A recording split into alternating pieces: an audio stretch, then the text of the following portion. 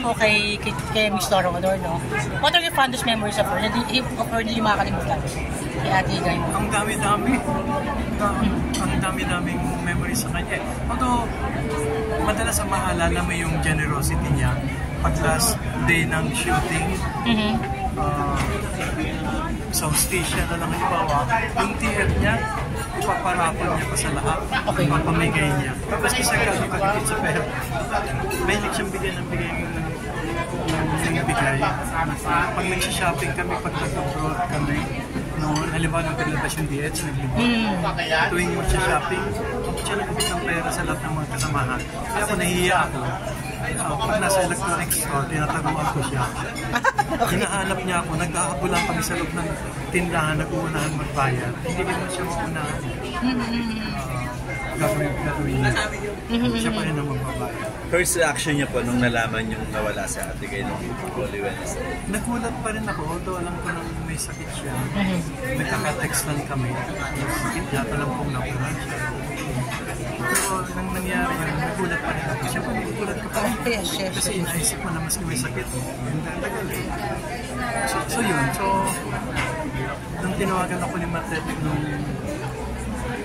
Tuesday player. Tuesday siya na kaya no? Wednesday po.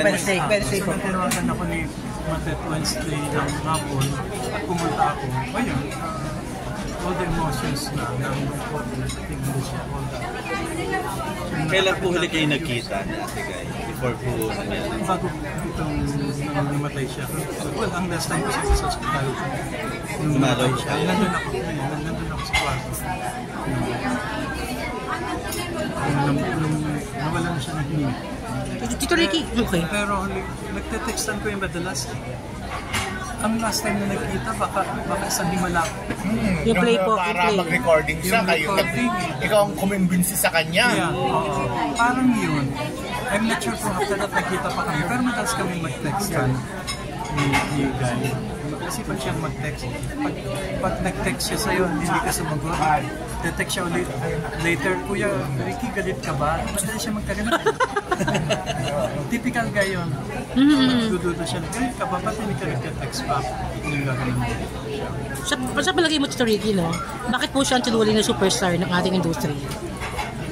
Hindi lang yung mga nagawa niyang pelikula, hindi lang yung mga nagawa niyang album ang nagkaroon ng napakalaking kahulugan sa buhay ng ating lahat.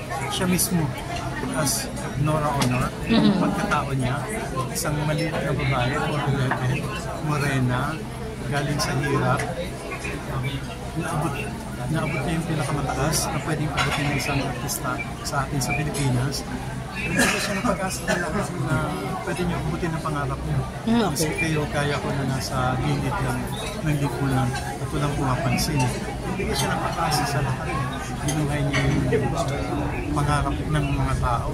So, beyond her achievements, I think yung pagkatao niya, meaning ng kung sino siya, yun ang pinakamahalaga sa naging contribution niya.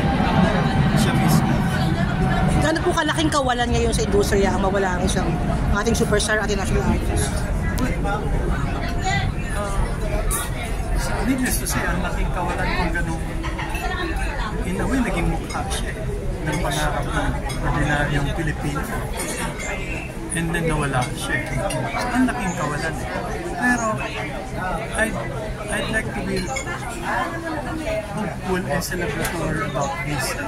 Yung dami ng nagawa niya na maiiwan, yung kahulugan ng kanyang pagkatao na maiiwan, hindi naman mawawala yun. And in fact, baka mag-multiply yun. Mag times 10, times 20, times 100. Sa ngayon na lang, wala nang namatay siya.